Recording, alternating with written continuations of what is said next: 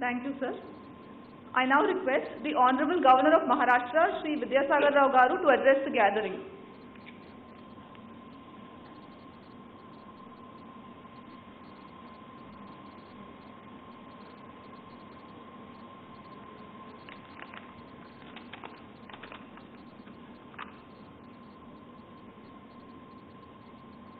Respected Sri Ramnath Kovind ji, Honorable President of India, Sri E.S.L. Narasimhan, Honorable Governor of Telangana and Andhra Pradesh,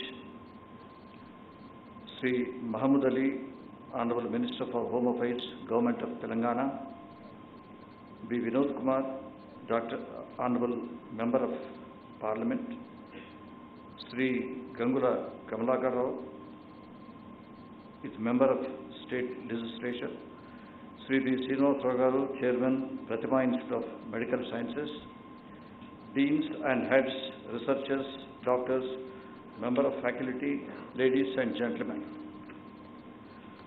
I am immensely happy today amidst you, and particularly I am joyful because our Honorable President was pleased to inaugurate the Center for Excellence of Sickle Cell Anemia and other genetic disorders. This place is my Janma Bhumi and Karma Bhumi, so naturally I am grateful to the Honorable President of India enabling me to come to this hospital today. It is correct time. Mr. Srinivas Rao thinks always in a correct way. Now, the entire country is struggling how to contain the menace of this sickle cell anemia and thalassemia. In 1938, only one patient of thalassemia was identified in this country. Only one patient. Now we are going to the almost thalassemia capital of the world. That is the increase of strength. More than 3 to 4 crores of people are suffering with deadly disease in India, and adding every year 10 to 15,000 patients are adding to this population. Out of this 10,000 population, only 2% people are diagnosed and remaining people are dying without any medicine, without being diagnosed. That is the problem. When a patient is identified with the thalassemia disease or sickle cell anemia, entire family is doomed. The blood transfusion is necessary every day. For that they require minimum 1 to 2 lakhs of rupees, fully knowing that boy or girl is going to die within a couple of years. That is the tragedy. It is not a new thing. మన గతంలో అనుకునేది మేనరికం చేయవద్దు, మేనరికం అయితే బలహీనతలు పుడతాయనేది ఇవన్నీ కొన్ని ఉండేది. ఏం బలహీనత ఏంది అనేది పెద్ద ఆలోచనలోకి వచ్చేది కాదు. ఇప్పుడు మేనరికాలు ఇవన్నీ లేదు, ఒక కుటుంబం అనేది లేదు. ఎక్కడెక్కడి వాళ్ళైనా వాళ్ళు బ్లడ్ టెస్ట్ చేసుకుంటే తలసేమియా మైనర్ అని ఉంటే తెలియకుండా తలసేమియా మైనర్ అమ్మాయి అబ్బాయితో పెళ్లి చేసుకుంటే తలసేమియా మేజర్ పుట్టే అవకాశం ఉంది. కాబట్టి ఒక కుటుంబం ఒకటని లేదు, ఇది చాలా భయంకరమైనటువంటి వ్యాధి. ఇది ఒక దేశాన్ని కుంగదీసేటువంటి వ్యాధి మెల్లమెల్లగా. కేరళలో మొత్తం టాప్ ఆఫ్ ది కంట్రీ అక్కడ 18 నుంచి 18 to 34% ఆదివాసీ కుటుంబాల్లో అక్కడ ఈ వ్యాధి అఫెక్ట్ ఉంది.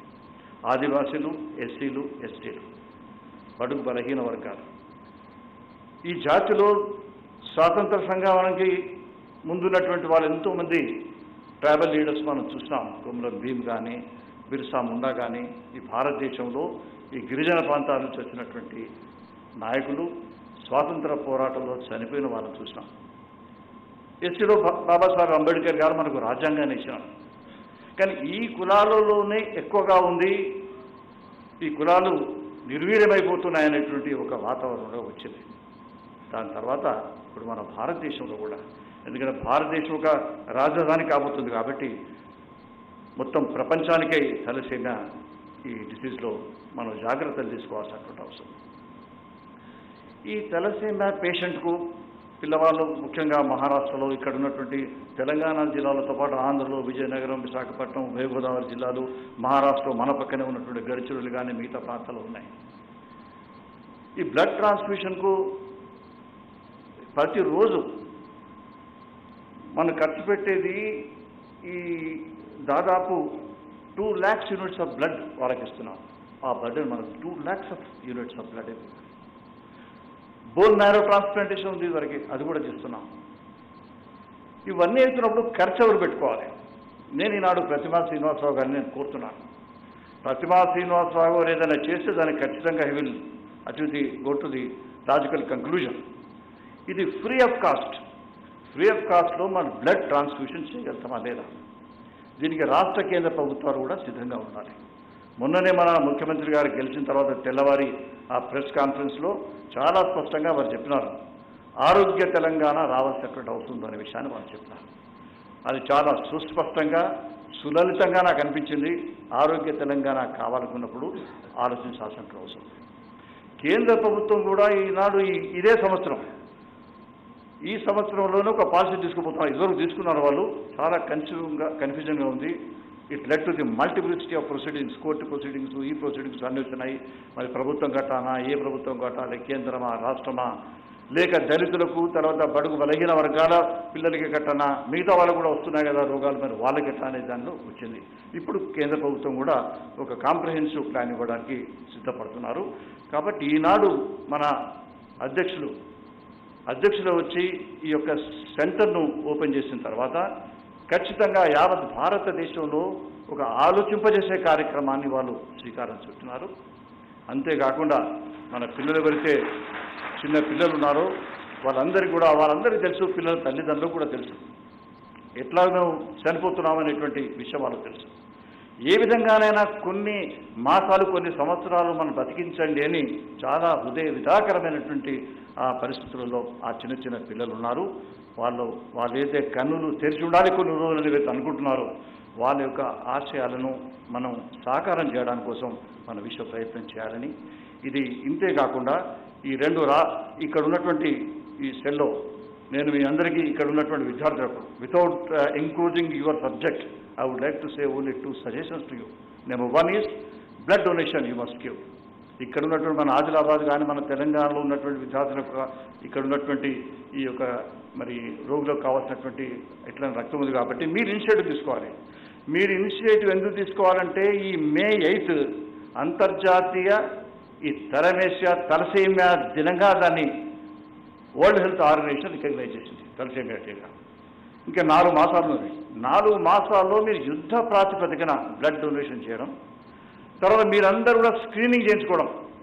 మీరు అనొచ్చు ఈ గవర్నరు, మా పక్క రాష్ట్ర గవర్నర్ మా నరసింహన్ గారు ఉన్నారు ఇక్కడ మాకు, ఆయన పక్క రాష్ట్రం గవర్నర్ వచ్చి మా పర్సనల్ లైఫ్లో ఎందుకు ఎంటర్ అవుతున్నాడు, మేమందరం ఎందుకు టెస్ట్ చేయించుకోవాలి అని మీకు అనుమానం రావచ్చు. మీ అందరికీ ఎవరికి కూడా ఈ తలసేమియా లేదు, నాకు లేదు, వేదిక మీద ఉన్న వాళ్ళందరికీ ఎవరికి కూడా లేదు. కానీ అందరిని ఎడ్యుకేట్ చేయడానికి మిగతా స్టూడెంట్స్ను, మిగతా యూనివర్సిటీలో అందరూ ఎడ్యుకేట్ చేసి అందరిలో ప్రోత్సహించి మీరందరూ టెస్ట్ చేసుకున్నట్టు అయితే ట్రీట్మెంట్ ఇవ్వచ్చు, కొన్ని మ్యారేజ్ అవాయిడ్ చేయవచ్చు అనే